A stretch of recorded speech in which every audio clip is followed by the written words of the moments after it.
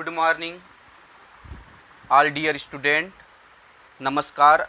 और इसी आज सुप्रभात के साथ में आज हम नया टॉपिक लेकर आए हैं, जो कि इससे पूर्व हमने जो है नर्मदा नदी पर चर्चा की थी और उसके बाद में चंबल नदी तंत्र पर जो है हम आज चर्चा करेंगे।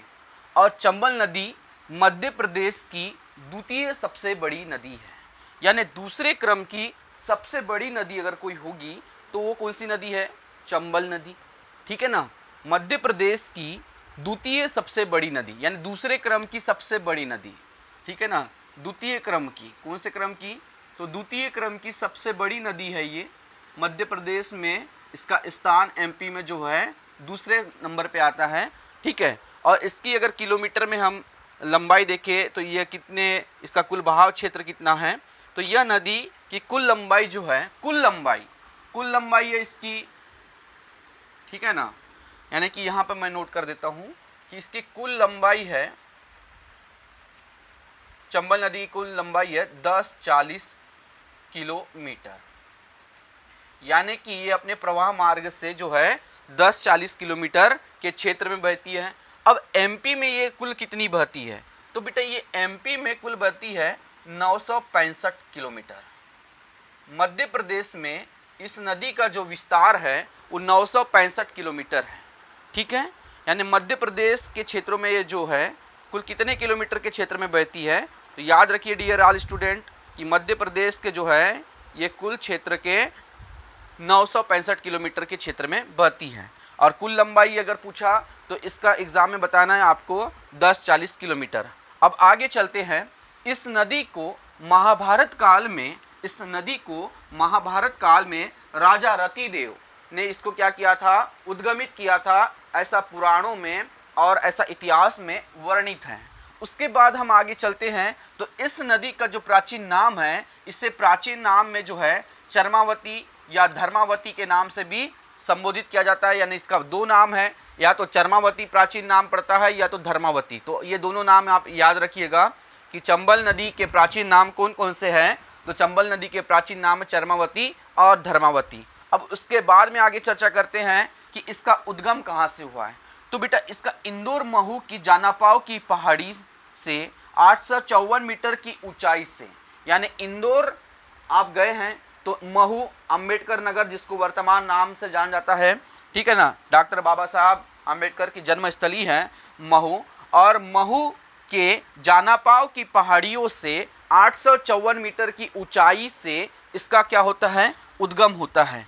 और बेटा जहां इसका उद्गम होता है, जिस क्षेत्र से इसका उद्गम होता है, उस बिंदु को वांचू पॉइंट के नाम से जाना जाता है। मोस्ट इंपॉर्टेंट सवाल कि चंबल नदी का उद्गम जिस स्थान से होता है उसे क्या कहा जाता है? तो उसे कहा जाता है वांचू पॉइंट। ठीक है, और यह नदी इंदौर महू से होते हुए उज्जैन रतलाम से होते हुए क्या करती है कि मंदसौर से प्रवाहित होते हुए ये सीधे जो है राजस्थान में प्रवेश करती है। कहाँ प्रवेश करती है? राजस्थान में प्रवेश करती है।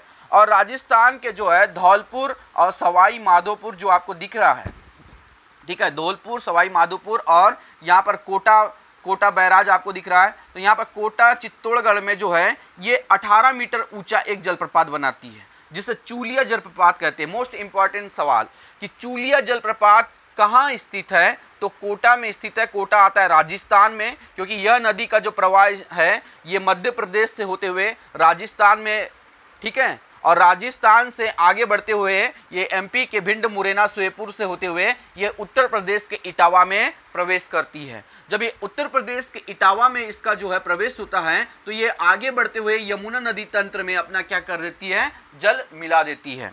ठीक है ना, आगे हम चलते हैं। ठीक, तो यह नदी मध्य प्रदेश और राजस्थान और यूपी से होते हुए यमुना नदी तंत्र में अपना क्या मिला देती है? जल मिला देती है। उसके बाद में एग्जाम में सवाल कई बार पूछा गया है कि चूलिया जलप्रपात कहाँ स्थित है। तो चूलिया जलप्रपात जो है 18 मीटर ऊंचा है, जो कि कोटा का एक भसोड़गढ़ होता है, भसोड़गढ़ में जो है चूलिया जलप्रपात की स्थिति देखने को मिलती है। उसके बाद हम आगे बढ़ते हैं। तो बेटा ये जो नदी है, ये इस नदी के बारे में हम चर्चा करें तो यह नदी जो है मध्य प्रदेश की दूसरी बड़ी नदी है। ठीक है ना, और यह नदी मध्य प्रदेश के जो है कई जिलों से होकर जाती है। ठीक है, इस नदी की प्रमुख जो सहायक नदियां हैं, तो इसकी सहायक नदी भी कई बार पूछता है, तो इसकी सहायक नदी देख लेते हैं। इसकी सहायक नदी कौन कौन सी है, आपको पता है क्या? सहायक नदी है क्षिप्रा, सहायक नदी है क्षिप्रा। उसके बाद में है काली सिंध, क्षिप्रा, काली सिंध, सिंध, क्षिप्रा, काली सिंध, सिंध, ठीक है ना, पार्वती और बनास। ये प्रमुख जो नदियां हैं, ये इस नदी की सहायक नदी है। यानी एग्जाम में अगर आपको पूछे कि चंबल नदी की प्रमुख सहायक नदियां कौन कौन सी है, तो चंबल नदी की प्रमुख सहायक नदियां है क्षिप्रा, काली सिंध, पार्वती, बनास। ठीक है ना, क्षिप्रा, काली सिंध, पार्वती और बनास इसकी प्रमुख क्या है, सहायक नदियां हैं। उसके बाद में अगर आपको सवाल पूछता है कि इस नदी का बहाव क्षेत्र किस दर से किधर की ओर होता है, तो यह नदी जो है उत्तर पूर्व से होते हुए बहती है, यानी उत्तर से पूर्व की ओर, यानी कि पूर्व से इसका जो है उद्गम होता है। तो पूर्व से लेकर इस नदी का जो क्षेत्र है, बहाव क्षेत्र, ये उत्तर की ओर होता है। ठीक है ना। उसके बाद में आगे चलते हैं। इस नदी में बेटा क्या होता है कि सर्वाधिक अवनालिका अपरदन की समस्या सर्वाधिक होती है। ठीक है ना, मैंने इससे पूर्व भी बताया था कि इस नदी में अवनालिका अपरदन, कौन सा अपरदन, इस नदी में अवनालिका अपरदन, अवनालिका अपरदन, अवनालिका अपरदन की समस्या सर्वाधिक होती है। मोस्ट इंपॉर्टेंट सवाल एग्जाम में पूछता है कि अवनालिका अपरदन इनमें से कौन सी नदी सर्वाधिक करती है, तो याद रखिएगा कि चंबल नदी जो है अवनालिका अपरदन सर्वाधिक करती है, जो भिंड मुरैना के समीप में, ये जो आपको भिंड मुरैना जो दिख रहा है, तो अवनालिका अपरदन वाला जो समस्या होती है यहाँ पर सर्वाधिक होती है।